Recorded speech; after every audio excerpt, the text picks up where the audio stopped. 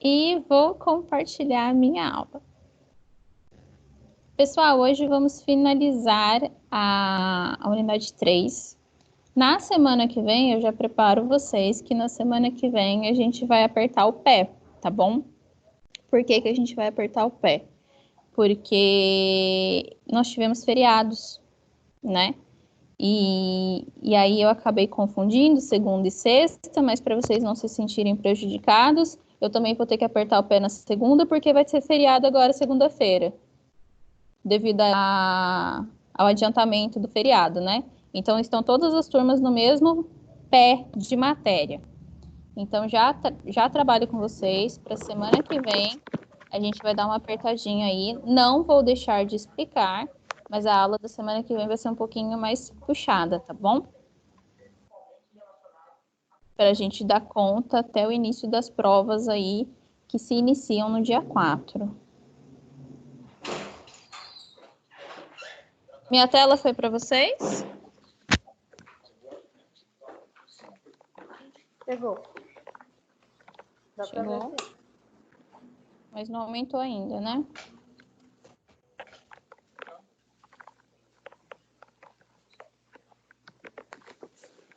Peraí que deu uma travadinha aqui.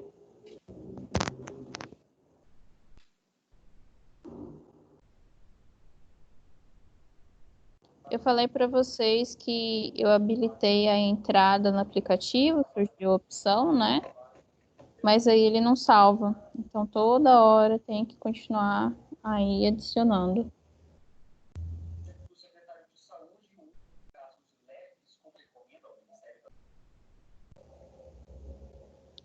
A tela tá indo ainda? Tá sim, a primeira, Carol. Então tá bom, então foi certinho. Vamos lá então. Pessoal, a gente já viu toda uma estrutura do Mauan, como que levanta a parede, como que deve ser o chão, como que deve ser o teto, que material que deve ter, como que é a área de armazenamento, recepção. A gente aprendeu aí fazer cálculos do quê? De área, de setorização, dimensão de equipamentos, tudo aquilo que envolve o funcionamento da nossa UAM. E agora nós vamos aprender o quê? A fazer o cálculo das pessoas que irão trabalhar nessa UAM. Por que eu tenho que fazer o cálculo? Para saber quantas pessoas serão necessárias para o desenvolvimento dessa produção, correto? E aí, meninas, eu peço para vocês, por favor, contribuírem se vocês fazem essa aplicação de cálculo ou não, tá bom? Então, por favor, me fale um pouquinho da experiência de vocês conforme a gente avança a aula, beleza? E aí, o dimensionamento de pessoal, ele vai ter um pouquinho mais de variáveis comparados às outras contas que a gente fez, comparados aos demais cálculos, aos demais parâmetros que nós estudamos até agora. Então, aí a gente tem 10 variáveis envolvidas no dimensionamento de pessoal. E essas 10 variáveis vão aí contribuir para o número de funcionários a serem contratados para a operação dessa UAM. E aí, dessas 10 variáveis, nós temos as seguintes: política de RH da organização, padrão de atendimento da UAM, padrão do cardápio, tipos de refeição, sistema de distribuição, horário de refeições, sistema de higienização, dependência administrativa, nível de tecnologia e jornada de trabalho. E nós vamos ver como cada uma dessas variáveis vai influenciar aí o dimensionamento de pessoal, beleza? Começamos com política de RH da organização. A política de RH da organização vai influenciar muito. De maneira geral, como que essa política vai influenciar? Espera aí que o microfone é aberto, vou fechar aqui. Como que essa política vai influenciar? Quem que contrata? O RH ele é responsável pelo quê? O RH ele não é responsável pelos recursos humanos? Não é o RH que faz a contratação, responsável pela contratação desses funcionários? O RH ele vai participar ali, por exemplo, quando eu fiz a minha entrevista na Anhanguera, eu tive a participação do RH.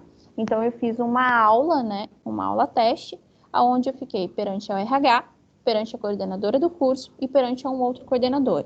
E essas quatro pessoas me avaliaram dentro do quesito que era necessário para a contratação. Qual foi o papel da RH? O papel da RH foi me fazer perguntas. Perguntas que, na minha cabeça, não fazem muito sentido, mas fazem sentido para eles saberem como você vai se sair diante de um desafio, para você saber se você vai dar conta do recado, se você não dá, se você é uma pessoa mais ou menos vê a sua personalidade, uma personalidade forte, uma personalidade maleável. Então, o RH ele tem essas estratégias. Se eu pensar dessa forma, o RH ele não vai ter uma influência sobre o perfil do meu funcionário. Ele não vai ter uma influência sobre o tipo de funcionário que eu vou contratar. Então, eu tenho um RH ali diretamente envolvido com esses funcionários, podendo que interferir na minha mão de obra, porque ele tem que fazer o trabalho dele em relação a recursos humanos e também combinar com as nossas necessidades na cozinha, correto? E aí você tem duas perguntinhas para serem respondidas dentro dessa variável. Pessoal contratado tem importância apenas pelos serviços que desempenha? Ele é muito bom no que ele faz. Só que ele é mal-humorado, ele não sabe trabalhar em equipe, ele não é versátil, ele só sabe fazer aquilo. Será que um funcionário que só sabe fazer uma única função dentro daquela cozinha é um funcionário muito estimado? Será que esse funcionário que não tem um bom trabalho em equipe não vai me dar dor de cabeça depois? Então, quando eu avalio um funcionário, eu não posso pensar só naquele serviço que ele vai desempenhar. Eu tenho que pensar ele como um todo, uma versatilidade aí, aonde ele vai ter um jogo de cintura perante os demais colegas. Eu contei para vocês a historinha da época que eu fazia estágio, que a responsável pelo Bom Prato foi lá e tinha uma funcionária sentada. Eu contei essa historinha para vocês? Contou. Contei? Então, aquela funcionária era uma funcionária versátil? Ela tinha um jogo de cintura? Para quem chegou depois, né? Para quem entrou com uma matrícula depois, a responsável pelo Bom Prato foi lá no restaurante, que era onde eu fazia o estágio, e tinha uma funcionária sentada na hora do punk do trabalho. E essa responsável virou e falou assim: por que você está sentada? Não tem trabalho para fazer? Seus colegas estão trabalhando, né? Vai ajudar. Ela virou e falou assim: cuida da tua vida que eu cuido da minha. É uma boa influência sobre a equipe? Não é uma boa influência sobre a equipe. Então, a gente tem que pensar em todos esses parâmetros, né? Principalmente o RH, que vai analisar isso, para ver se essa pessoa realmente ela vai agregar, porque a gente sempre quer que soma, né? A gente nunca quer que tire ali, que subtraia daquela equipe. E aí, a outra perguntinha é: são consideradas as necessidades e objetivos pessoais de cada indivíduo? Quando eu considero necessidade e objetivo pessoal de cada indivíduo, eu não posso ter um quadro de equipe melhor. Por quê? Porque eu te reconheço como pessoa, né? Eu estou vendo a sua necessidade, eu sei que isso pode te ajudar. Quando você trabalha dessa forma, você tem ali uma possibilidade de um melhor desenvolvimento dentro daquele trabalho. Por exemplo, a minha cunhada, ela trabalha em um laboratório e ela tem 2 crianças. E aí ela mudou o horário do serviço dela e as crianças entraram na creche. Então ela precisava sair tal horário para conseguir pegar as crianças, mas a chefe, né, os responsáveis não trocavam o horário dela. E ela falou: olha, se não trocar, eu vou ter que sair do meu serviço, porque eu tenho que buscar os meus filhos na creche. E aí ela fez uma entrevista, apareceu uma oportunidade dela fazer uma entrevista em um outro consultório, uma clínica, sei lá, em um outro lugar aí, que também era para exercer a função de recepcionista. Chegou lá, a moça que estava responsável pela contratação, foi conversando, apresentou tudo do serviço, ela se apaixonou pelo serviço, e aí ela perguntou: por que você está trocando? Porque eu tenho 2 filhos, eu tenho que pegar na creche e tal, porque minha cunhada já está há mais de anos lá no laboratório que ela trabalha.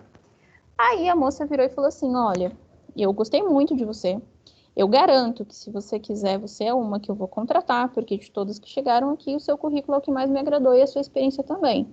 Mas eu acho que não corresponde ao que você quer, porque você tem seus filhos, o salário aqui é diferente, os benefícios são diferentes, então me pondo no lugar como mãe, eu acho que isso não atinge.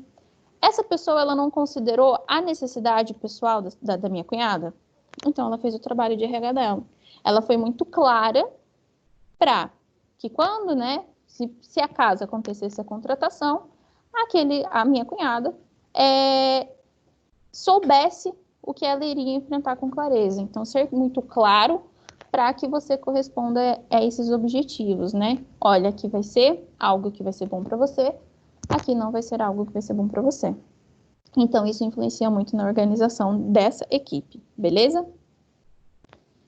E aí, a gente tem mais duas variáveis. A segunda variável, padrão de atendimento da UAM. Então, aí, vai ser muito relacionado ao tipo de serviço que vai ter nessa UAM, né? Como que vai ser o sistema de atendimento? Então, aqui, mão de obra de restaurante de luxo representa de 40% a 50% do custo. Sistemas de autosserviço tem um custo de 5% a 10%. Eu usei 2 restaurantes como comparação com a turma da manhã e eu vou usar os mesmos 2 restaurantes com vocês, porque eles se equiparam no tipo de produto que eles servem. Quem aqui já foi na Golden? Uma pizzaria que tem ali no Aquários. Alguém conhece? Sim, já fui. O preço lá é um preço super acessível ou ele é um pouquinho mais carinho? Carinho. Ele é mais carinho. E aí, o que que acontece? Como que é o serviço lá? Eles te servem a mesa ou você se levanta? Tirando a parte dos frios. Eles vão lá mesmo. E é um Eles... ótimo atendimento. E é um ótimo atendimento. A mesa não fica vazia. Enquanto tiver gente sentada para se alimentar, tem um pessoal servindo. É um serviço com uma boa prestação. Faz muito tempo que eu não vou lá, mais de ano, assim. Mas lá atrás, quando eu fui, tinha um ótimo atendimento à mesa.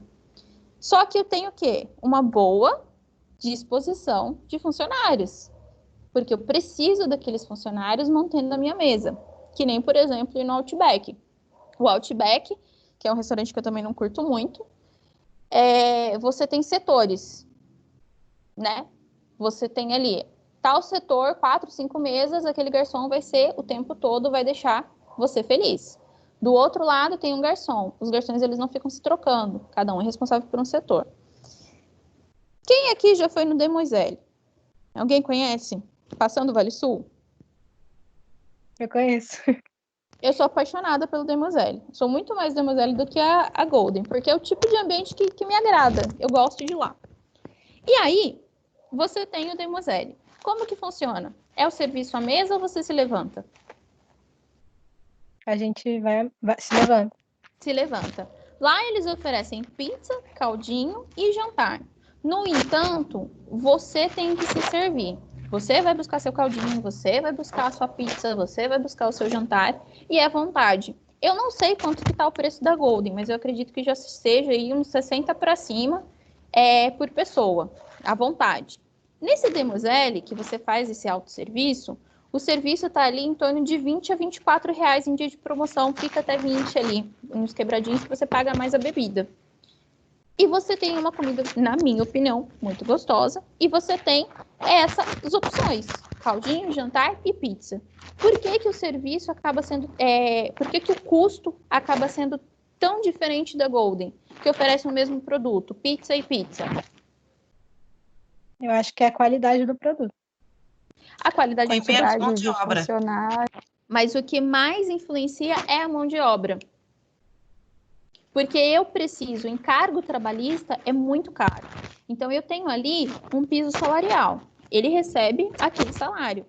Para eu manter aquele funcionário com todos os encargos trabalhistas, eu pago de 2 a quase 3 vezes o valor dele como impostos. Então, isso vai encarecer muito mais o custo. Lógico que aí tem sim a questão da qualidade, porque a gente está falando de um restaurante de luxo e a gente está falando um restaurante mais social, digamos assim. Mas se você for ver o tipo de produto pizza, que você vai ter o mesmo custo para a produção, digamos assim, você tem uma diferença gritante nesse valor. E aí se envolve muito com o tipo da mão de obra, porque você tem muito mais funcionários. E isso encarece muito. O que acontece principalmente agora? Por exemplo, se vocês pararem para ver a pandemia, muitos lugares estão quebrando. Mas é o empresário, porque o Brasil é um lugar muito difícil para se criar negócios. Você tem muitos impostos. E são esses impostos que atrapalham. Porque para você manter o seu funcionário com uma porta fechada, é muito surreal. Você tem esse custo muito elevado. Isso ficou claro para vocês? Sim. Verdade. Então, perfeito aí. Vamos continuar. Recursos físicos. Isso daí a gente já viu em toda a estruturação que a gente fez de UAM. E aí a gente tem só um ponto a destacar, que são as áreas grandes. Quanto maior esse espaço, maior vai ser o deslocamento. Quanto maior esse deslocamento, mais lento vai ficar esse serviço e maior vai ser o número de colaboradores exigidos. Por quê? Porque se eu tenho um funcionário indo, na hora que é para ele estar vindo, eu preciso estar alguém ali atendendo. Então, se eu tenho um espaço muito grande para ser atravessado, você tem uma perda de tempo muito grande e você tem um desgaste de funcionário muito grande. E aí você vai precisar de mais colaboradores para preencher esses espaços vazios. Então, o recurso físico também é uma variável que vai influenciar ali na contratação, beleza? Padrão do cardápio, a gente já falou também lá em planejamento do cardápio. Então, o que vai variar? Popular, médio, de luxo. Quanto mais de luxo, mais caro. Quanto mais popular, mais barato. Se você pega um restaurante popular, por exemplo, ali no centro da cidade, que serve um PF, você vai pagar um valor, né? Sei lá, um PF você encontra ali na cidade de até R$7. E se você vai lá no shopping, você pega um PF, você já tem um outro tipo de PF. E aí você vai pagar de 21 a R$30, né? Pegar um mais simplesinho, 21, e depois tem mais caros. Se você pega um prato de camarão, mais caro ainda. Então, isso vai influenciar também. Por quê? Preço, né? Eu falei para o preço, mas a gente está falando de funcionários, perdão. Você vai influenciar o quê? O tipo de preparação. Por exemplo, tem PF lá na cidade, vamos supor, vou fazer um bife acebolado, aí você coloca todos os bifes de uma vez, frita com um monte de gordura e tá tudo certo. Aí você vai lá no shopping, por exemplo, eu vou fazer um prato, sei lá, um risoto de camarão. Aquele prato é feito na hora. Se você vai, por exemplo, lá no...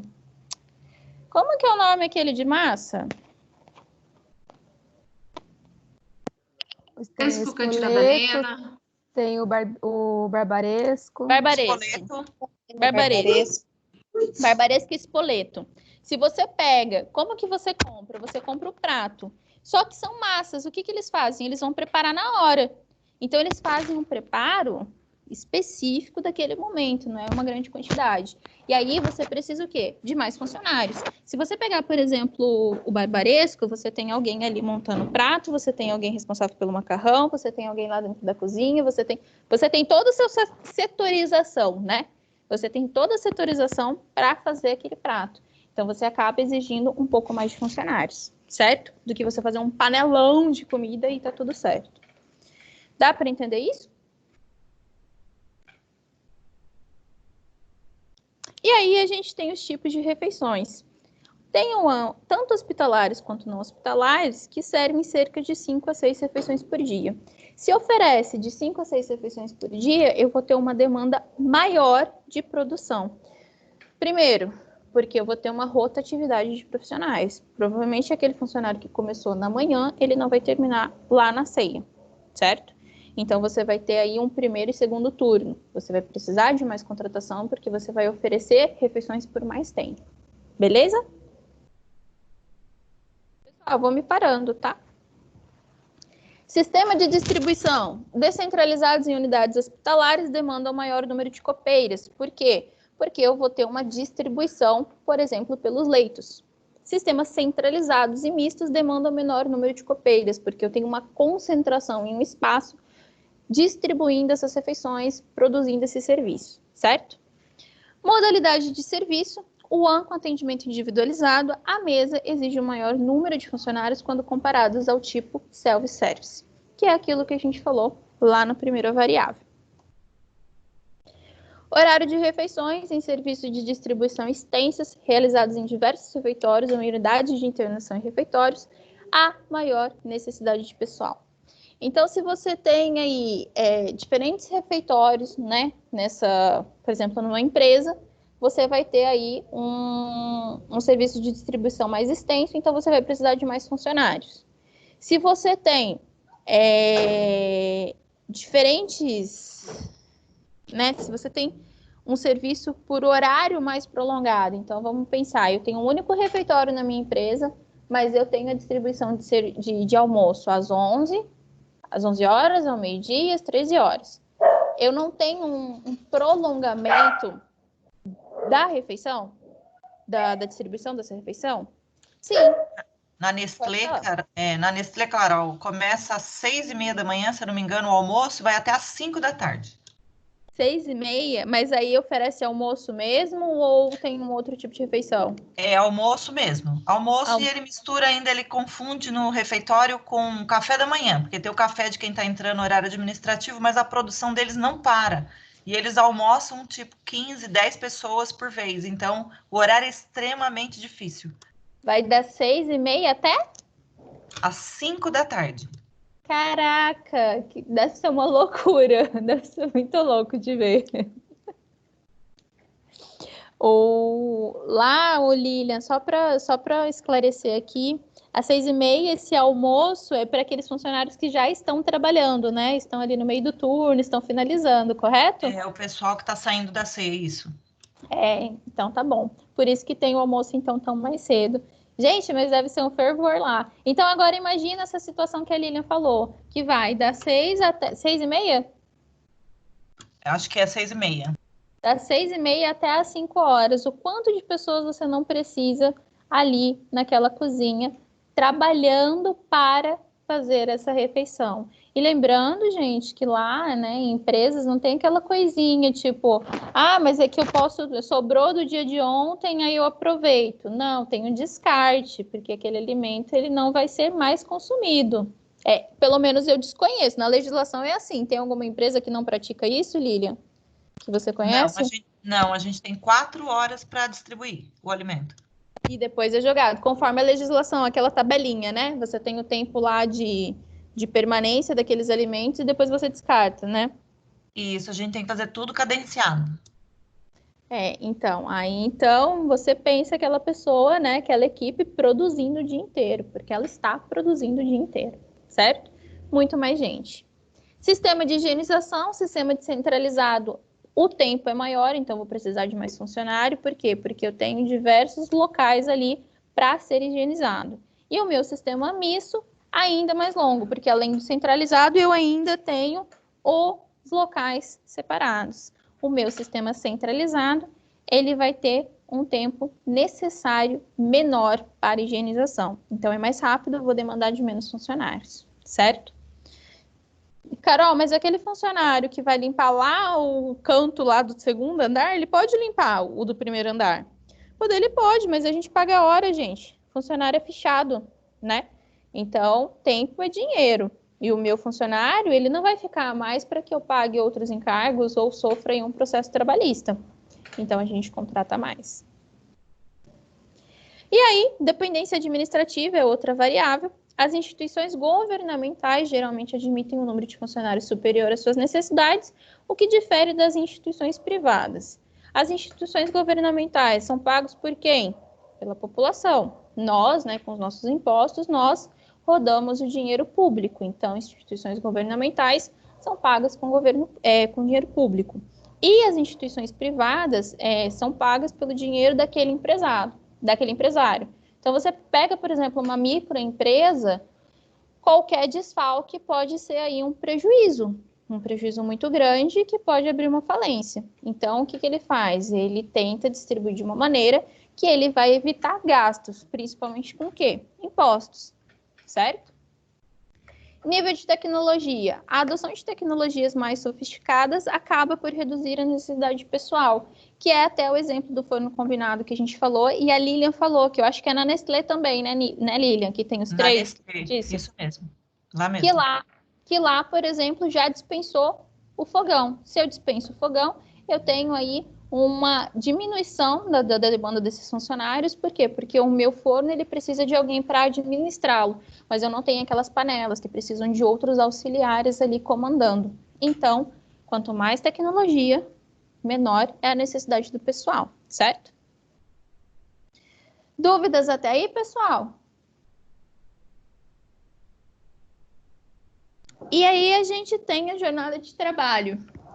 A jornada de trabalho são aqueles que são fichados, CLTistas, né? Então, são registrados ali na carteira de trabalho, CLT, que tem ali um total de 44 horas semanais. Então, aí você tem algumas escalas. A primeira escala, 8 horas por dia, de segunda a sexta-feira e 4 horas aos sábados, que tem aí um sistema de folgas aos domingos, sem precisar de substituto de folga. 8 horas por dia, de segunda a sexta-feira e 4 horas ao sábado, com folga aos domingos, mas nesse caso vai precisar de um substituto de folgas, porque vai ter um desfalque aí na minha cozinha e eu vou precisar chamar alguém para trabalhar. 12 por 36, trabalha-se 12 horas e folga-se 36 horas. Nossa, isso daí é o paraíso, Carol, porque aí eu vou trabalhar um dia e vou folgar um dia e meio. Quem trabalha 12 por 36, né, tem experiência na família, nunca trabalhei, mas tenho amigos, experiência na família, é muito desgastante. Quem já passou por uma experiência dessa sabe que não é fácil. Carga horária semanal distribuída por igual pelos dias da semana. Pessoal, só um detalhe, a irmã da minha avó veio aqui para casa e ela tem aí seus 92 anos, então às vezes ela aparece aqui e dá umas conversas, ela não entende muito bem que eu estou dando aula. Então, se vocês ouvirem alguma coisa, eu peço desculpas, tá? Minha avó já levou ela para lá, mas capaz ela aparecer de novo. Vamos lá. Diferentes escalas de trabalho em One. Então, aí você tem aí uma pequena distribuição que pode simular essa escala. O One que atende de segunda a sexta-feira. Então, você tem aí 5 dias trabalhados e você pode dividir, né? Você deve dividir essas 44 horas por 5 dias, que vai dar cerca de 8,8 horas. Então, você tem aí, como exemplo, o funcionário entra às 7 e sai às 13 horas e sai para o almoço. Depois ele volta das 14 às 16h48. E aí você tem a outra opção, que é o One que atende de segunda-feira a sábado, que são 6 dias trabalhados. Então, aí você já tem uma carga diária um pouquinho menor, que você vai dividir as 44 horas por 6 dias. Então, entra às 7, às 11 sai para o almoço, volta ao meio-dia e trabalha até às 15h20. E a One que trabalha de domingo a domingo, com escala de folga aos finais de semana, são 6 dias trabalhados e escala de substituição nas folgas. Então, vai dividir a carga horária também por 6 dias e vai dar 7,33 horas. Então, aos finais de semana, o volume de refeições em um ano não hospitalares é bem menor, o que possibilita elaborar uma escala de folga com a própria equipe. Nas unidades hospitalares é comum a contratação de um folguista. E aí, gente, você tem essa realidade e você tem aquela realidade que tem uma escala de folga, porque é obrigado pela legislação ter uma folga semanal, para que você não pague multa, e sobrecarrega o resto da equipe, porque você não vai contratar um folguista. Não sei se essa é a realidade de vocês, mas eu já vivenciei esse tipo de realidade também.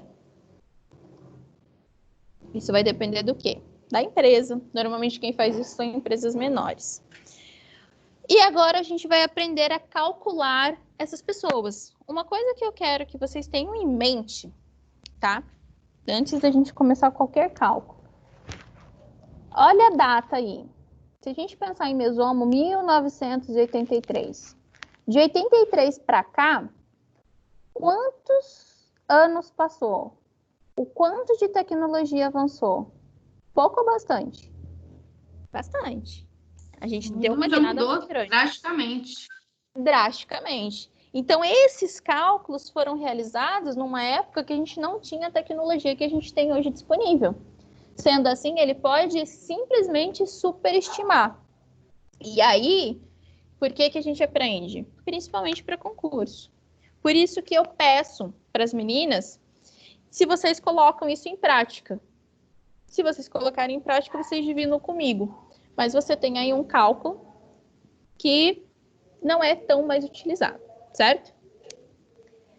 Então, a gente vai começar aí com unidades hospitalares, que toma por base o número de leitos do hospital e o número de funcionários do hospital. E aí, eu vou calcular um funcionário para cada 8 leitos. Esse cálculo aqui, ele já prevê os substitutos para folgas e férias, que são ausências previstas. Então, folga do meu funcionário e as férias que esse funcionário tem direito, vai ser uma ausência prevista. Certo? Então, esse cálculo, ele já está considerando os dias trabalhados e os dias descansados. Beleza? Quantos colaboradores são necessários para o ano de um hospital de 500 leitos? Aí vocês vão aplicar a regra de 3. Qual é a regra de 3? Um funcionário para cada 8 leitos. Quantos funcionários para 500 leitos?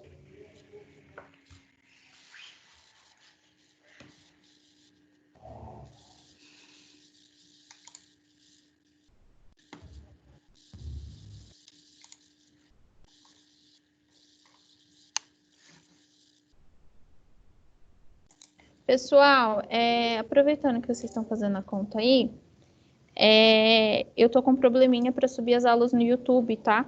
Então, assim, eu tô carregando, e na hora que processa, não processa.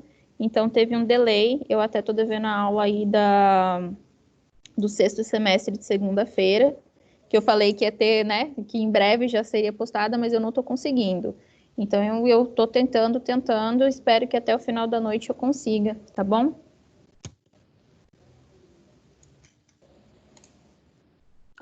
Ô, Carol, Diga.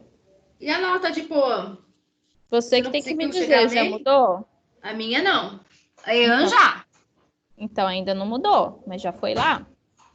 A Ian mudou certinho. Pode ficar tranquilo que ela vai ser mudada. Porque há uma solicitação, certo?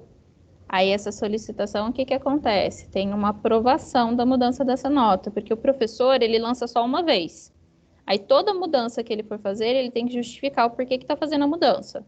Entendi. E aí essa mudança tem que ser aprovada. Essa mudança é aprovada, certo? Mas é com o seu tempo. Que nem eu falei, os bastidores estão meio corridos para todo mundo. Mas não se preocupem, até o encerramento da matéria tem tempo para mudar. Mas já foi solicitado lá, tá bom? Vai mudar no segundo, então. Na segunda prova. Daqui a pouco tá chegando, né? Eu acho que até semana que vem muda. Que já tá chegando a próxima leva, né? Da tortura. Tortura nada, gente. Acho que a tortura, Carol. É nada. Eu sobrevivi, vocês vão sobreviver, todo mundo sobrevive. Mas é que você gostava de fazer prova, se era CDF, assim. Menos ainda de UAN, era que eu menos gostava.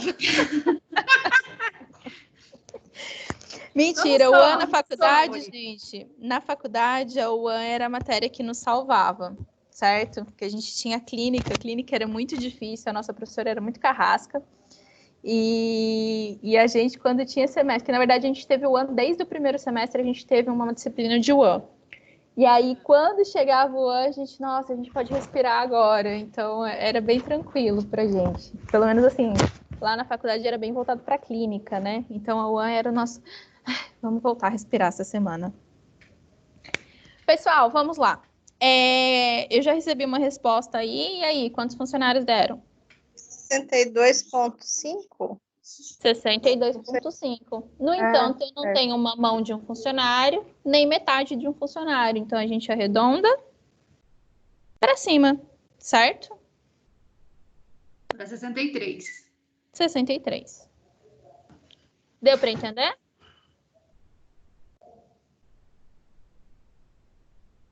Deu sim, Carol. Então, vamos para a próxima. Para a determinação de substitutos para ausências imprevistas, que são faltas, licenças, acrescenta-se 20%. Então, prestem atenção. As folgas e férias são ausências previstas. E faltas e licenças são ausências imprevistas. Acrescenta-se ali cerca de 20%. Então, ausências imprevistas igual total de colaboradores mais 20%. E ainda trago essa citaçãozinha aqui do livro de vocês. Cálculos propostos por Mesomo em 1983 não contava com tantas tecnologias, mas ainda são solicitados em concursos públicos. Lilian, a Rose, eu não sei se está aí. Já usou esse cálculo? Nunca. Nunca. E aí, outro cálculo aí para vocês. Quantos colaboradores são necessários para o ano de um hospital de 500 leitos? Considere substitutos para ausências imprevistas.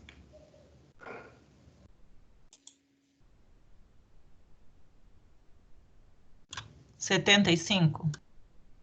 75? Todo mundo chegou a essa resposta?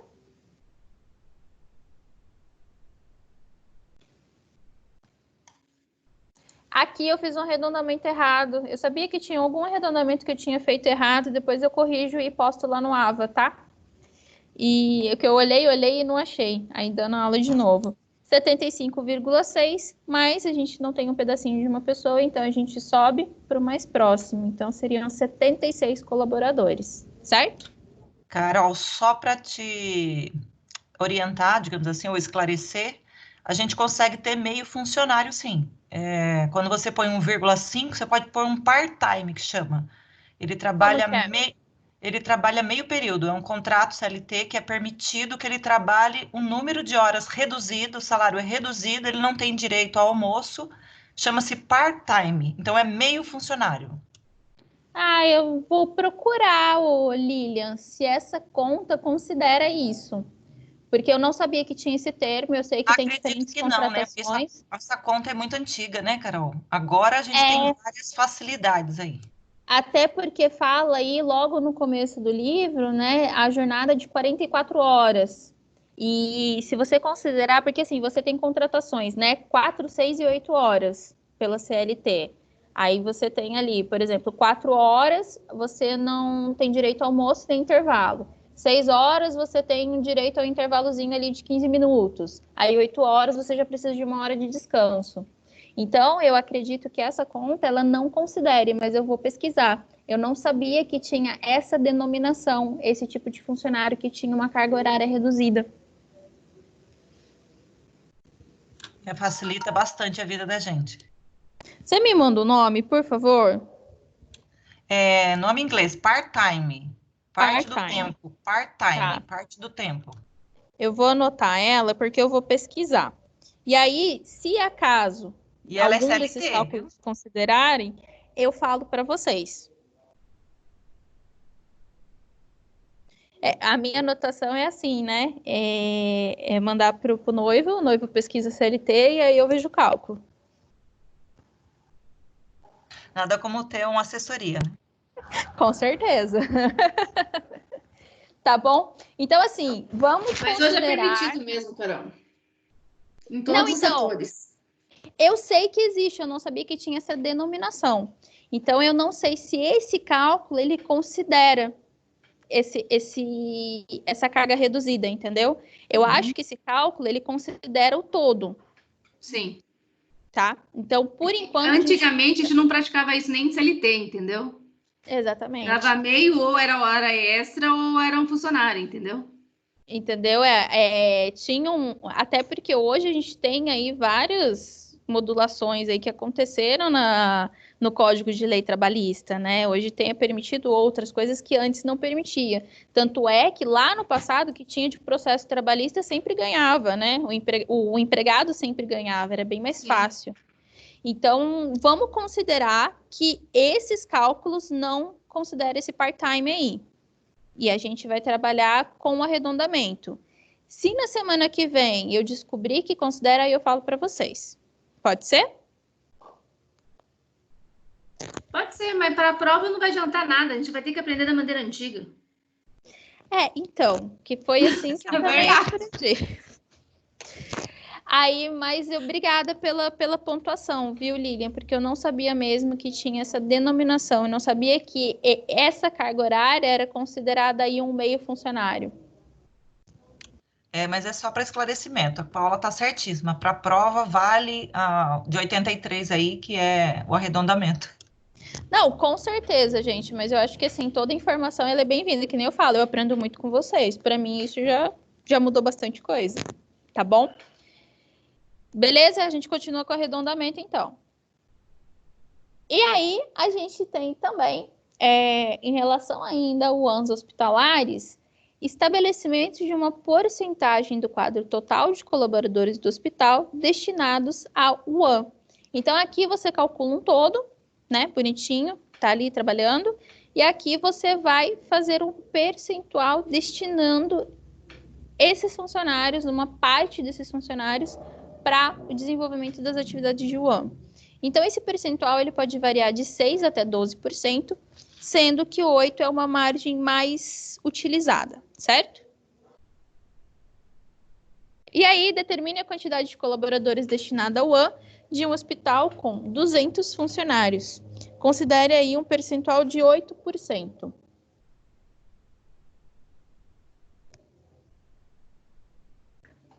Usando a formulazinha ali embaixo.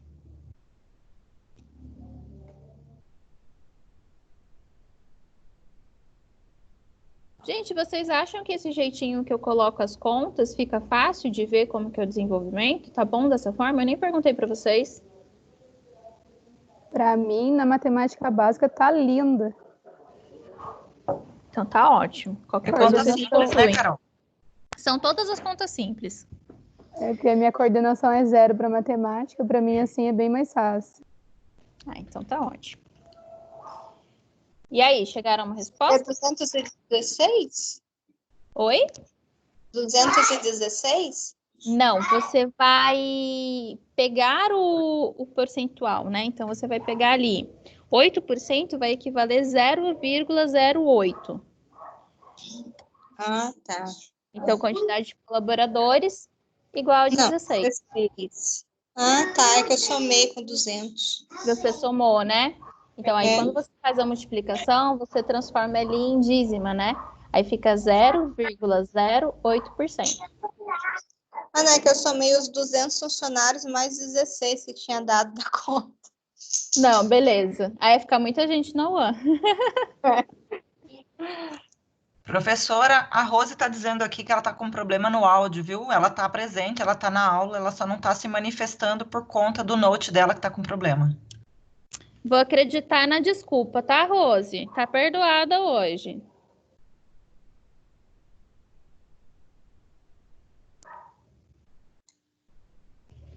Belezinha, pessoal? Entenderam? Rose, qualquer coisa, se você tiver dúvida, pode mandar por mensagem também, tá? Podemos ir para o próximo? Podemos. E aí a gente tem o cálculo de substitutos para folgas. Então lá a gente viu as faltas, né, previstas, imprevistas, e agora a gente vai fazer aí um cálculo de substitutos para folgas. Para cada 6 colaboradores, deve-se acrescentar um como folguista. Então, se a gente considerar que a CLT diz que não se deve trabalhar mais do que 6 dias consecutivos para que você não tenha ali um pagamento de multa, né? Você vai pagar mais o outro dia trabalhado. Você tem ali um funcionário que trabalha 6 dias e folga 1. Então, para cada 6 colaboradores, deve-se acrescentar um como folguista. E aí a gente faz uma regra de 3. Que maneira que vem essa regra de 3? Para 6 colaboradores, eu preciso de um substituto. Quantos folguistas serão necessários para 16 colaboradores?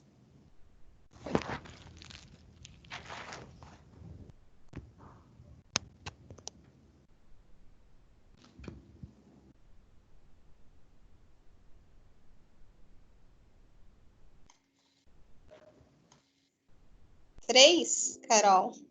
Porque deu 2,6 o meu. Sim, só que aí você vai perguntar... Aí sim, você chega a esse nível de colaboradores e depois você vai pegar o tanto de colaboradores que você vai utilizar mais o folguista, né? Então, quantos folguistas serão necessários? Serão necessários 2,67, 3 folguistas, mas aí você pega o total. É que eu escrevi errado, né? Eu devia ter perguntado quantos seria o total de colaboradores. Aí você tem um total de 19 colaboradores. Por quê? Porque a gente arredonda. Tá. Gente, eu falo, vamos fazer o seguinte, eu não sei se vocês já abriram a parte de estudo de vocês, se tiver alguma conta de colaborador, vocês vejam, se o sistema considerar sem arredondar, então no dia da prova vocês respondam sem arredondar. Se o sistema considerar arredondando, aí vocês respondam arredondando, tá bom? Ô, Carol, Diga, meu bem. na verdade tem um que eu nem consegui fazer. Não sei se eu interpretei errado. Até depois, se você puder fazer esse depois. Me eu manda agradeço. que eu tento fazer, porque o professor ele pode responder várias vezes, não fecha para mim. E aí vocês não perdem essa oportunidade. Eu já até errei já. Uma vez eu não quis errar a segunda, mas então eu vou te mandar. Me Ele manda tem que eu no resolvo. final da aula 3, entendeu? Faz o seguinte, Paula, manda já no grupo, porque aí quem não resolveu sabe qual é a questão. Aí eu resolvo e mando no grupo depois para vocês. Tá bom. Tá bom? Vou Acho por que lá, assim então. facilita para todo mundo e ajuda todo mundo. Belezinha? Deu para entender esse cálculo? E aí a gente vai, cálculo de substituto de férias e feriados. Cada funcionário tem direito a 30 dias de férias por ano. Multiplica-se o número de funcionários por 30 dias, inclui-se os folguistas, tá? Então, nesses funcionários vai incluir-se os folguistas. Obtém-se o total de dias e férias do pessoal do serviço. Então, aí, calcule o total de férias de uma equipe composta por 19 colaboradores. Por quê? Lá atrás, a gente viu que 16 mais 2 daria 18,67 e a gente arredondou para 19. E aí, vocês calculem de acordo com essa regrinha, onde você tem o total de férias igual total de colaboradores vezes 30. 30 o quê? Dias de férias, que é o total de férias que você tem ali na equipe. Quanto que dá esse cálculo?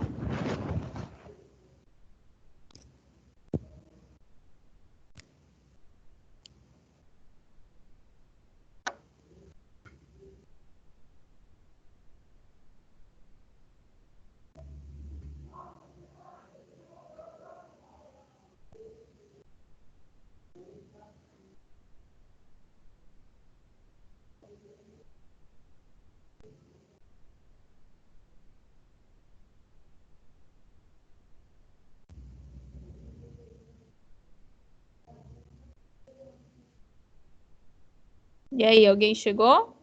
É para pegar o número de colaboradores e multiplicar por 30? Exatamente. Então, deu 570. Aí são 570 dias o total de férias da sua equipe, certo?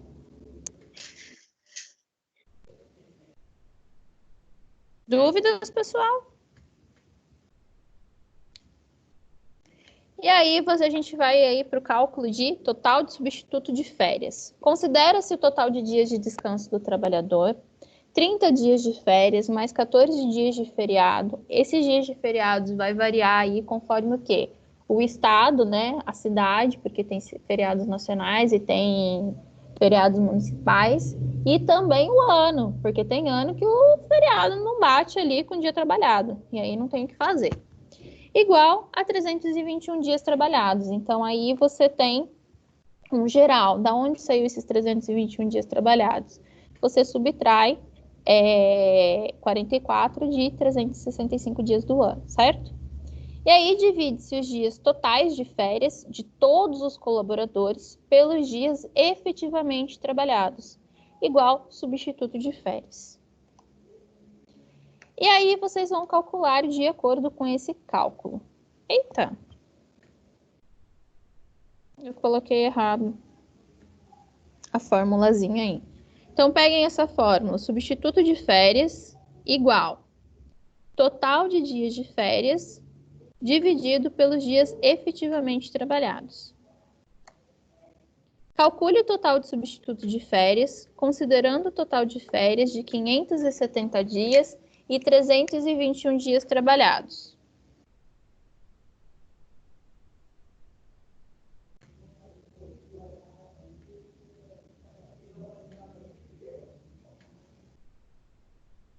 Então, você tem substituto de férias iguais total de férias pelos dias trabalhados.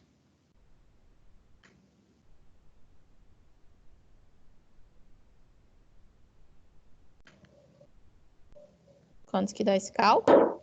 Ô, Carol, o meu, não sei se eu fiz certo, que deu 1,77 e alguma coisa, uns quebradinhos. É isso mesmo. Por quê? Porque aí você vai ter o total de substitutos, né? Quantos substitutos você vai precisar por ciclo, digamos assim. E aí você vai ter ali cerca de 2 funcionários para cobrir as férias dos seus funcionários. Legal. Certo? Lembrando que esses cálculos aí, eles são um pouquinho batidos, né? Eles são mais em concursos. Lilian, se você puder falar um pouquinho da experiência lá, né? Quando a gente fazia a questão de substituto, né? De coisa de férias, como a minha folga era de escala e eu tinha funcionários suficientes, o que eu fazia?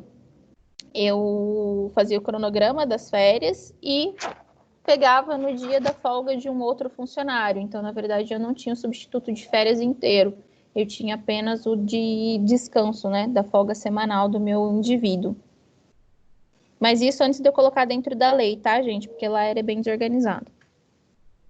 E aí, Na como que verdade, você na realidade, a gente não tem substituto para nada. A gente tem cravado o número de funcionários, mas a conta aí seria muito mais fácil pegar 19 colaboradores, dividir por 12, que são os meses do ano, quer dizer, vai ter que ter alguém de férias todos os meses. Só tem um ano para tirar férias e chegaria nos 2 colaboradores da mesma forma, né? Precisaria de 2 substitutos. Que aí você faz a sua escala, né? Aí vem lá a prioridade, tem alguns lugares que escolhem, tem outros que só determinam, ó, fulano sai tal mês, fulano sai outro. Então aí varia, que é a escalinha que a gente monta normalmente, né? Exato. Beleza? Muito obrigada, Lilian.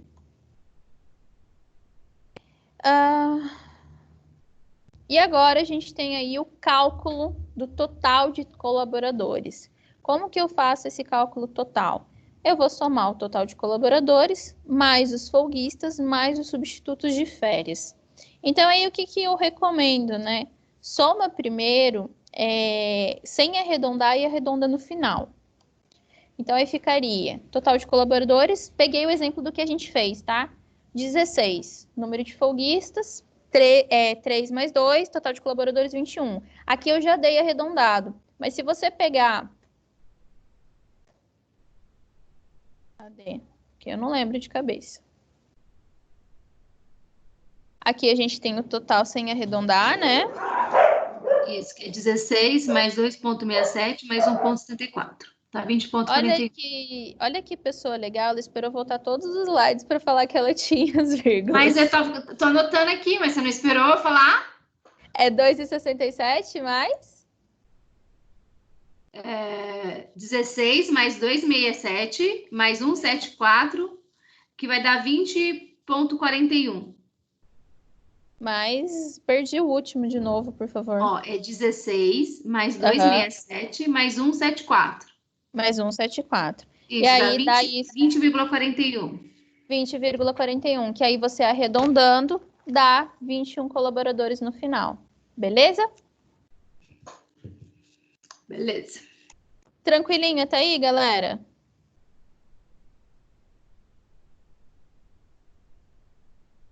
Por enquanto, sim, Carol. Então, maravilha. E aí a gente começa com as unidades não hospitalares, é quando a gente fala aí de coletividades sadias, ou seja, são aqueles que não são enfermos. E aí a gente tem os outros indicadores, certo?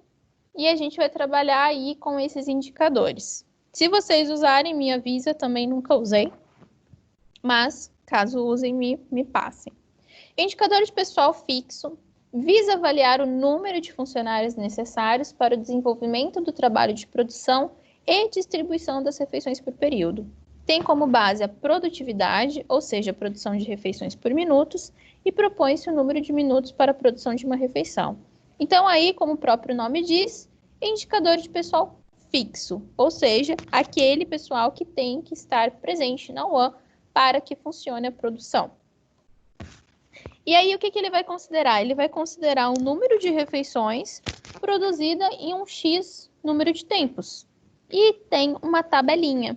Então, essa tabelinha traz para vocês o número de refeições em número de minutos. Então, ali, de 300 refeições a 500, gasta ali cerca de 15 a 14 minutos. De 500 a 700 refeições, cerca de 14 a 13 minutos.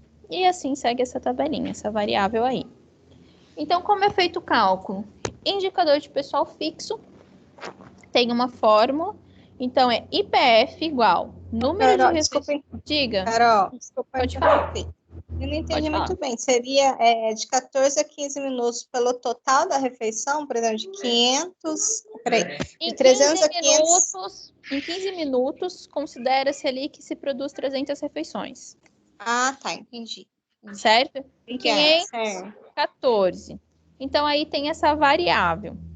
Deu para entender? Deu sim, Carol. Obrigada. Então, beleza.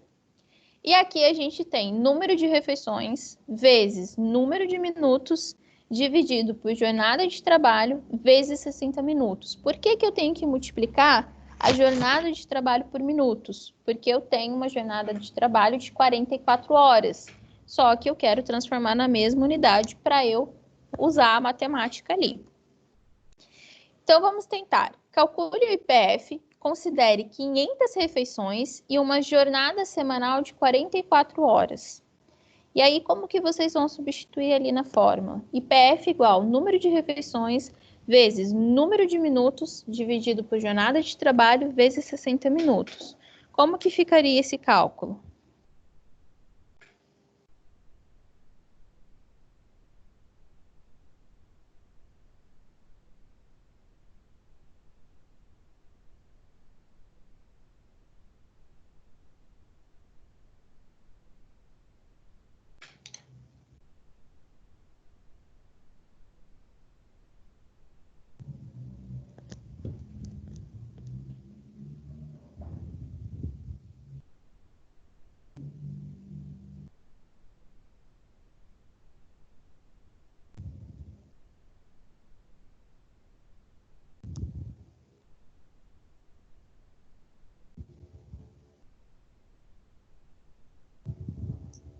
Carol, Diga. eu cheguei a 2,65. É isso mesmo? 2,65. Isso mesmo. E aí você tem o índice de pessoal fixo ali, que não pode sair de jeito nenhum da sua cozinha, de 2,65. Então, você tem 3 colaboradores ali, certo?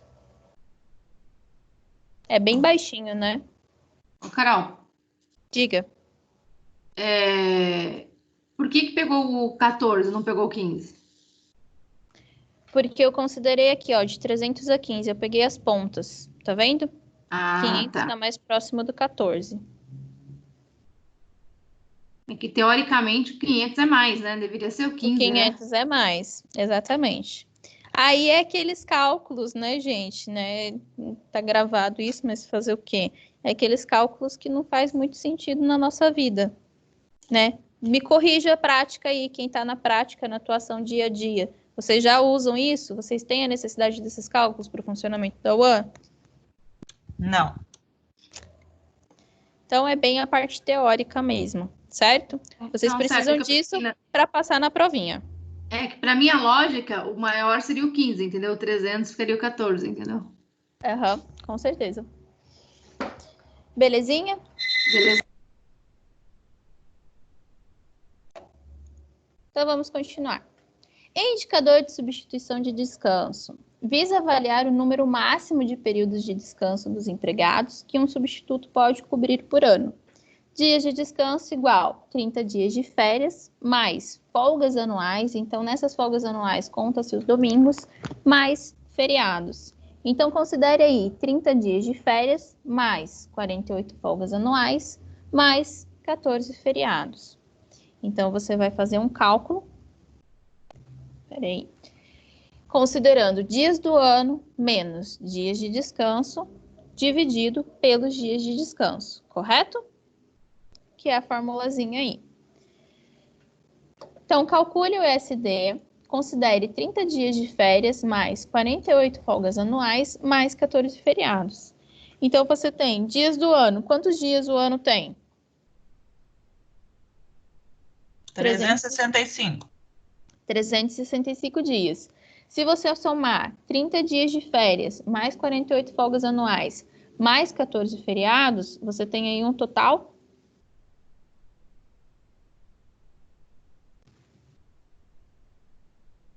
de 92 dias. E aí a gente tem essa resolução aqui. O índice de substitutos de descanso, né? Quantas folgas? Vamos lá para vocês verem. O número máximo de períodos de descanso dos empregados que um substituto pode cobrir. Então, você tem ali um SD de 3, ok?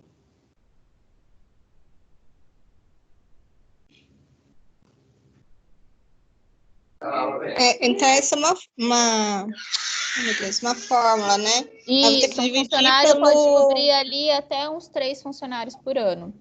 Aí eu tenho que pegar porque vai variar, né, de um município para outro. O negócio você falou, pode ser que seja mais, pode ser que seja menos. Mas o valor que der, tirando de 365 dias, eu vou ter que dividir por ele, é isso? Exatamente. Aí vai então, dar o dia de descanso, que aí você vai considerar folga, feriado e férias. Entendi. Tá bom? Esse número é o quê, Carol? Não entendi. Esse número 3? é o tanto de funcionários que um cara pode cobrir, que um funcionário pode cobrir. Visa avaliar o número máximo de período de descanso dos empregados que um substituto pode cobrir por ano.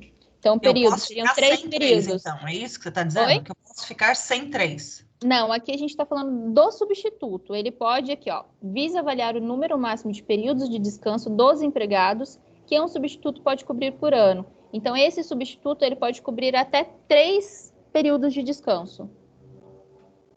Entendeu? Então, vamos supor, você tem ali um cara que vai tirar férias, né? Pegou uma licença, pegou umas férias.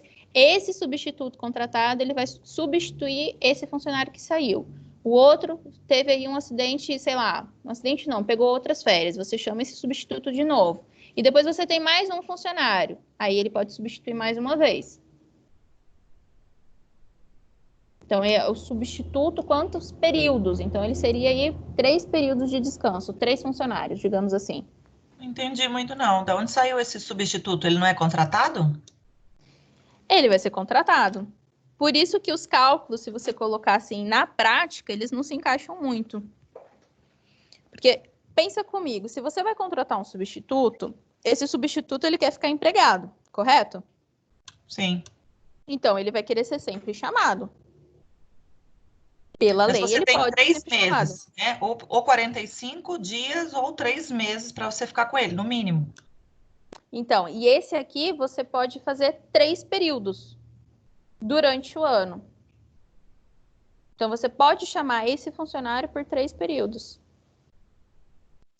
Mas eu acho que ele vai substituir sempre alguém, né? Não sei. Sim, ele vai substituir sempre alguém, mas o que acontece? A forma como coloca, ele está considerando o período da ausência daquele indivíduo. Então, assim, seriam 3 ciclos de descanso, digamos assim. Então, 3 ciclos de descanso, a gente sabe que o meu funcionário ele não vai descansar 3 vezes ao ano. Eu vou ter uma rotatividade de funcionários. Então, eu posso considerar 3 funcionários ao ano. Ele pode cobrir ao longo do ano o descanso de 3 funcionários. Deu para entender? Não. A conta, sim. A função da conta, não.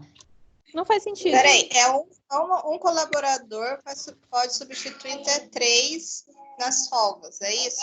Folga, férias, ele pode substituir Alô? até 3 funcionários, seria isso, durante o ano. Mas pelo período de descanso, pelo período de folga ali completa, seria um ciclo. 90 dias. Basicamente, né? 92 dias ali. Um período de experiência. Então, eu não preciso chamar ele em 3 períodos diferentes. Eu posso chamar ele, contratar, e no final da experiência eu mando embora. Que é mais prático, concorda? E aí, nesses 3 meses, você tira 3 de férias. Porque aí é assim que acontece se você parar para analisar a prática. Você tem esses cálculos, mas quando a gente fala da aplicação prática, a gente já tem um fluxo operacional, a gente já tem um processo de contratação, de demissão, de como funciona, de como faz os testes, de quando é necessário chamar algum folguista ou não. Você tem aí esses cálculos para indicar, para tipo, te dar uma luz, mas não que seja uma luz real, porque considera-se o quê? Que está um pouco ultrapassado comparado com tudo que a gente tem disponível hoje em dia. Sim. Eu Deu acho uma que até clareada? dentro da lei, Carol, você não pode fazer isso, né? A Paula pode falar isso para nós melhor do que eu.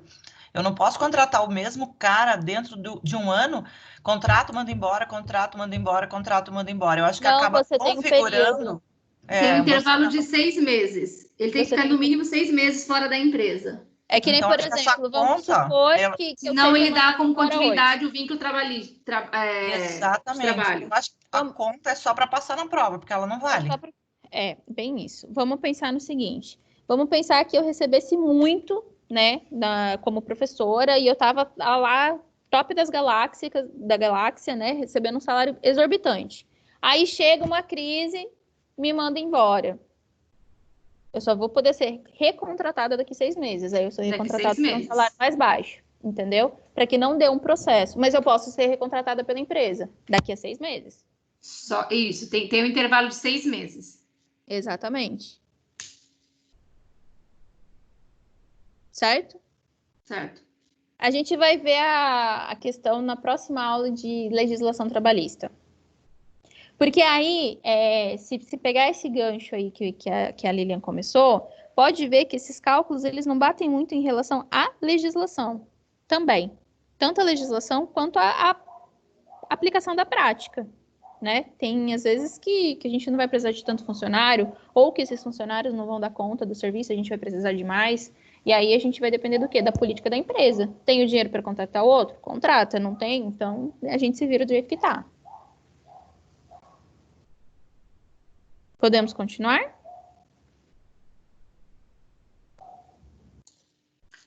Sim. E aí a gente tem o indicador de pessoal substituto. Então, vocês viram a diferença? Esse aqui é o indicador de substituição de descanso, são os períodos. E aqui é o substituto do funcionário. Então, visa obter o número de pessoal necessário para a substituição nos dias de folga. E aí eu vou utilizar o quê? O IPF, que é o pessoal fixo, e a substituição de descanso. Então, o meu IPS, considerando aí o meu IPF igual a 2,65, sem arredondar, aí eu arredondo no final, e o meu ISD 2,97, eu tenho um IPF aí, um IPS de 2,67 dividido por 2,97, que vai me dar 0,89, e aí eu vou precisar aí de pelo menos um substituto de descanso. Então, eu vou ter que contratar um funcionário, seria tipo um folguista ou um funcionário para dar conta ali daqueles meus períodos de descanso. Beleza?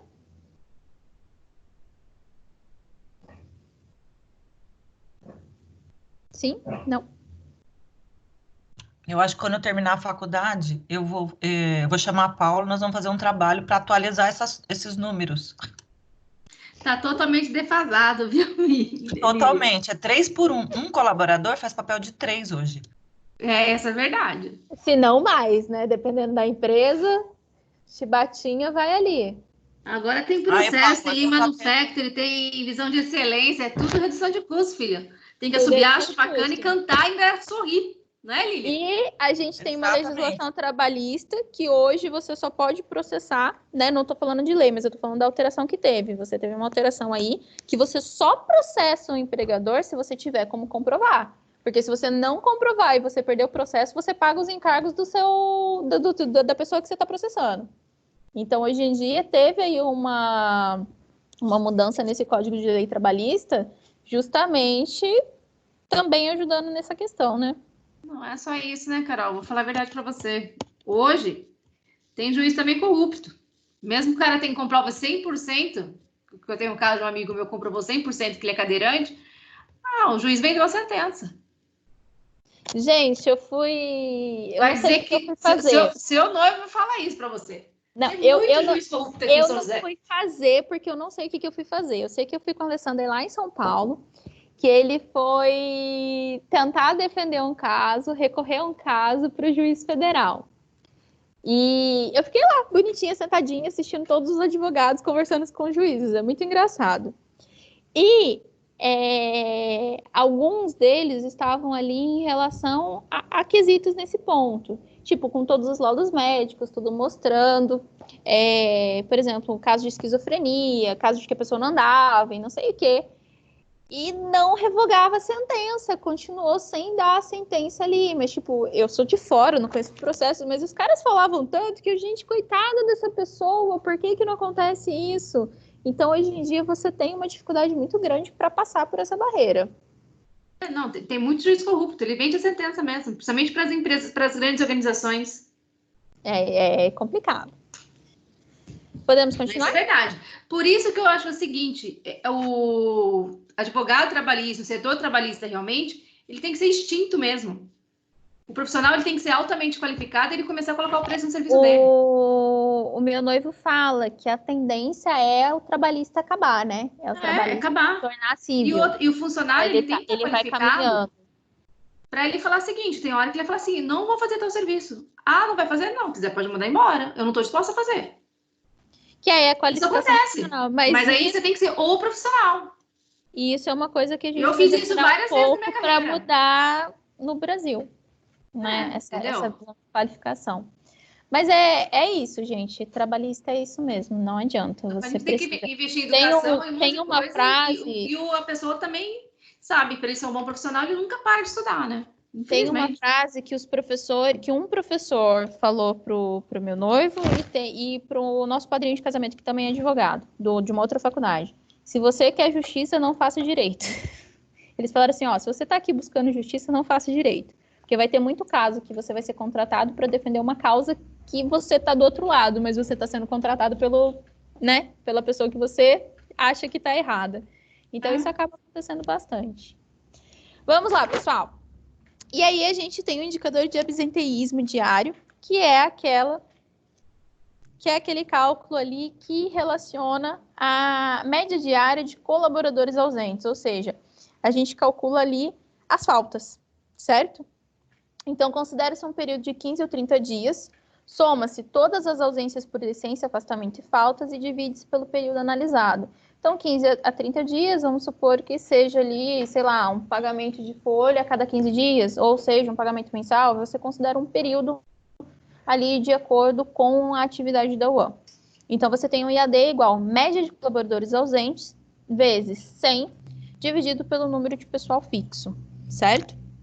Então, durante um período de 30 dias, uma UAM que tem 45 funcionários contabilizou ali 15 dias de afastamento e 3 dias de faltas. Então, a média de colaboradores ausentes no período foi de 0,6 ausências ao dia, certo? E aí, você quer saber qual que é a taxa, né? Qual é esse índice de absenteísmo? Esse aqui eu vou mostrar o cálculo que eu acho que fica mais fácil. Como que você calcula a média de colaboradores? Você vai contar o afastamento mais as faltas presentes nesse período. Aqui a gente considerou o quê? Um período de 30 dias. Então, 15 mais 3 eu tenho 18. 18 faltas, né? 18 dias de ausência, dividido por 30. E isso é de todos os funcionários, tá? Dividido por 30, que corresponde ao meu mês. Então, eu tenho uma média ali de 0,6. E aí, eu jogando nessa fórmula IAD, eu tenho uma média diária de colaboradores ausentes, 0,6, vezes 100, que eu quero o percentual dessa resposta, dividido por 45, que eu vou alcançar ali 1,33%. Então, eu tenho uma taxa de absenteísmo de 1,33%. Uma taxa razoavelmente baixa, certo?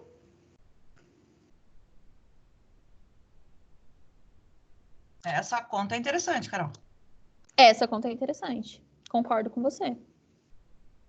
Mas assim, né? Eu acho que também é a mais de realidade aplicável aí comparada às outras. Que aí você tem uma média para ver se está acontecendo alguma coisa, se está acontecendo uma desmotivação, aí você pode investigar o porquê que está acontecendo se for uma taxa alta, entendeu? Sim, a gente é medido pelo absenteísmo também. Ah, é? Não sabia disso, não. Que legal. Mas vocês são ou vocês medem? Nós somos e medimos. Então, me medir. Beleza. E aí, a gente tem o indicador de pessoal total, que considera todos aí, o IPF, mais o IPS, mais o IAD. Então, aqui você pode considerar o IAD, um percentual, você tira ali, né, equivalente a quantos funcionários. Então, caso seja uma UAM em processo de inauguração, sem informações de ausência, visto ainda não estar em funcionamento, o IPT, que é o índice de pessoal total, pode ser calculado somando apenas IPF e IPS. O quadro de pessoal poderá ser analisado posteriormente. Por quê? Porque aí eu não vou ter quantos ali, qual que é a minha taxa de absenteísmo, né? Então, eu tenho só ali, antes de funcionar, vou considerar quem está contratado, e depois, quando começar a funcionar, eu descubro a quantidade de faltas, certo? E aí a gente tem um outro método um pouco mais novo, um pouco mais real, que é de Abreu et al., de 2002, propôs parâmetros para o índice de produtividade individual. Utilizados para a determinação do quadro de pessoal de uma UAM, essa forma de cálculo é mais atualizada e ela é mais simples. Por que ela é mais simples? Vocês vão entender. Número de refeições produzidas e ou servidas por empregado. Então, você tem aqui, por exemplo, que um funcionário produz 500 refeições, por exemplo, certo?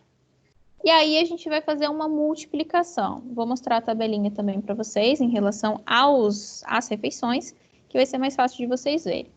Quantos colaboradores serão necessários para produzir aí, para servir 800 refeições?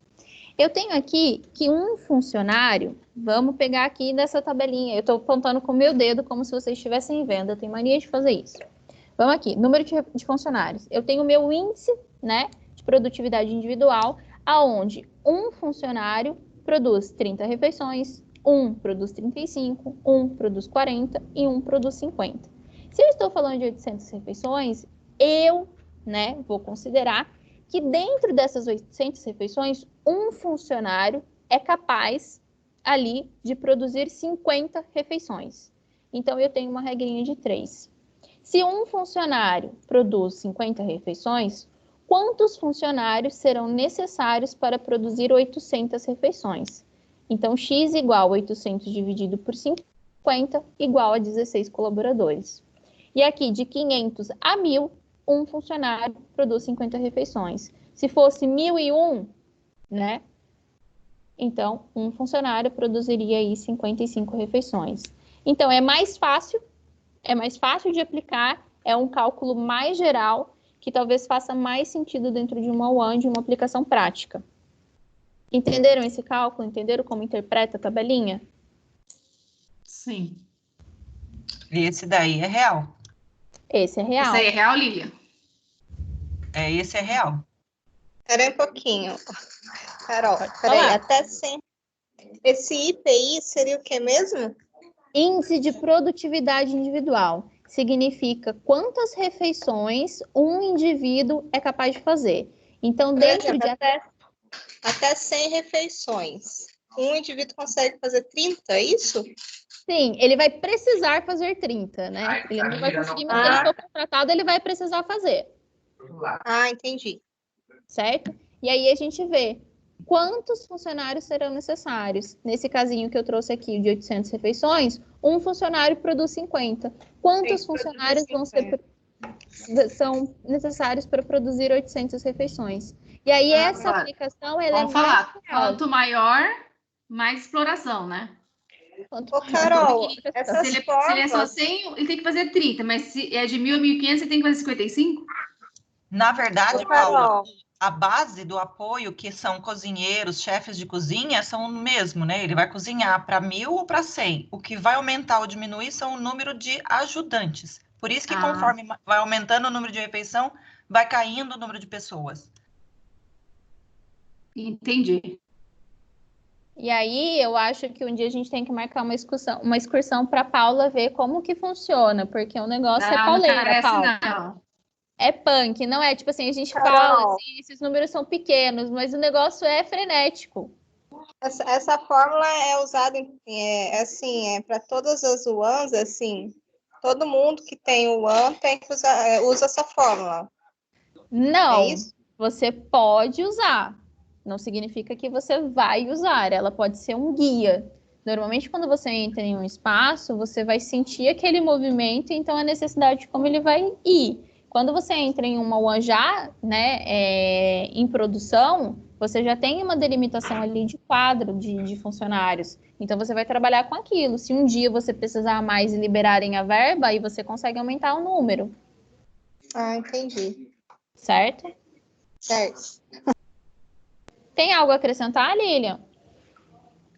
O número é muito parecido com o real, mas na verdade vai depender muito do serviço, né? Se você tem serviço porcionado, se você tem serviços especiais, dietas, venda de algum tipo de serviço. Então varia muito de cliente para cliente. Mas a fórmula é essa daí, aí só vai variar, na verdade, o índice aí, né? Aí você tem uma aplicação mais prática, né? Exato. Essa é bem a nossa realidade mesmo. É porque, na verdade, gente, a gente quer mais praticidade dentro da One, né? Imagina se parar para fazer todos esses cálculos que eles colocam, não dá tempo. Dúvidas, pessoal? Deu para entender essa tabelinha? Deu para entender essa conta? Alguém quer acrescentar alguma coisa?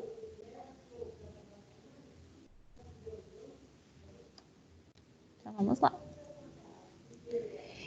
E aí também tem, de novo, de Mesomo, de 1983, e de Teixeira, 2000, que apresenta percentuais para distribuição aproximada dos colaboradores nas diversas áreas da UAM. Então, como que você vai fazer a distribuição desses funcionários? Você vai multiplicar o total de funcionários pelo percentual de cada setor.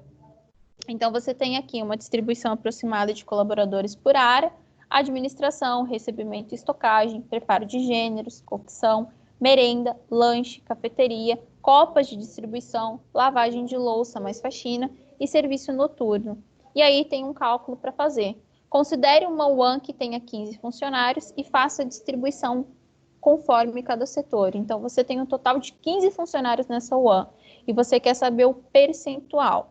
E aí, o que que você faz? Você vai multiplicar pelo percentual da tabela correspondente. Então, começando aqui por administração. Administração, você tem que ter 15% de 15 funcionários dentro da área de administração. Então, 15 vezes 0,15, igual a 2,25. Recebimento e estocagem, 18. 15 vezes 0,18. Preparo, 11, 15 vezes 0,11. Aí tem a cocção, 20%, 15 vezes 0,20. Merenda, 15 vezes 0,05. Deu para entender esse cálculo? Deu, Carol. Deu. E aí vocês vão ver que ali no finalzinho dá um pouquinho a mais, mas é uma margem muito pequena. Como você já tem uma equipe fechada, aí você não faz esse arredondamento. Você vai fazer ali uma distribuição conforme o setor que você colocar. Meio estranho essas contas também, né? Sempre, né? Porque a pessoa que está fazendo, sei lá, um preparo, ela não vai fazer preparo o dia inteiro. Depois ela vai lá lavar uma louça, termina a louça, vai ajudar no salão. Então, assim, a pessoa ela vai se mexer, né? Não, A pessoa ela não é fixa, né? Não tem como você ser fixa. não Porque se tem você posto fosse fixo. fixa, você teria que contratar muito mais funcionário. Não ia dar conta. Exatamente. Por isso que a conta é meio estranha, assim. Mas Eu é só acho para que você o ter uma fixo ideia. eu acho que o fixo seria só a administração, né? Não sei. É que eu Fixo fiz seria mais estágio administração. na cozinha, eu acho que a administração seria, né, mais fixa, não sei. Essa parte de recebimento é mais estagiário, na verdade, que eu Quando tem, né? recebia. Porque às vezes, por exemplo, vamos supor que você seja um estagiário e aquela empresa abre lá só em período de funcionamento de aula. Aí chega nas férias, você não tem estagiário, você vai ter um profissional ali, um funcionário direcionado para fazer o recebimento. Então ele também não vai ser fixo, entende? Normalmente é o cozinheiro. Normalmente o cozinheiro, porque aí ele tem que ver as características. Ou, dependendo do lugar, se tiver um estoquista, às vezes o próprio estoquista faz esse O recebimento. cozinheiro fica bravo toda a vida. E aí, gente, é importante também ver o seguinte, né?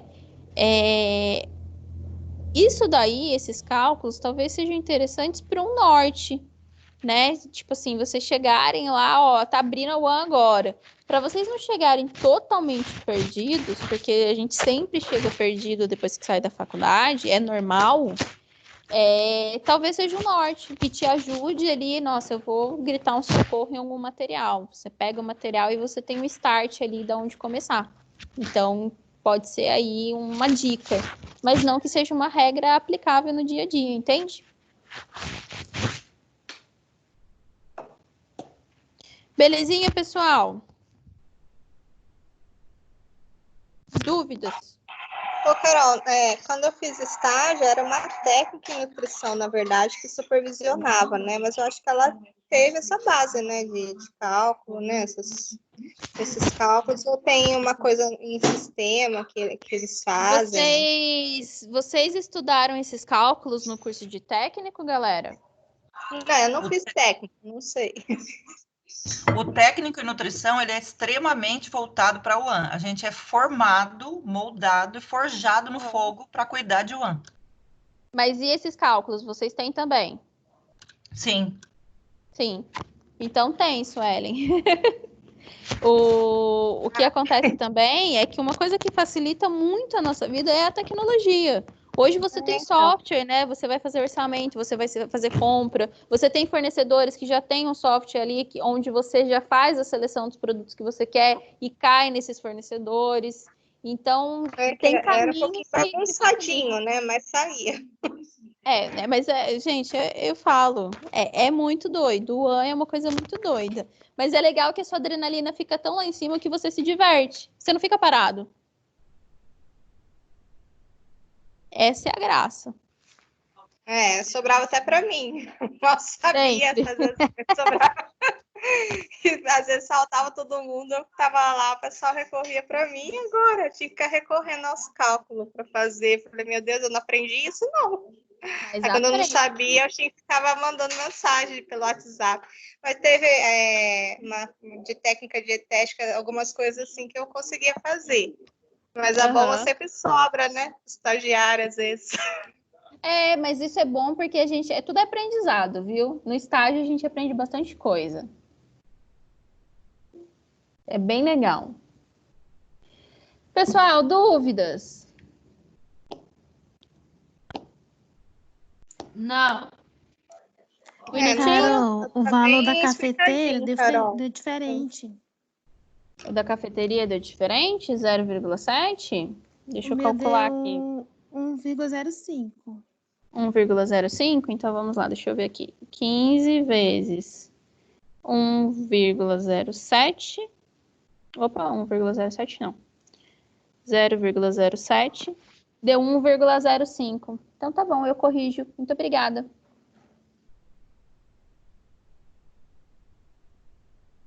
Eu corrijo aqui e envio para vocês, tá bom, pessoal? 15 vezes 0,07, 1,05, ok?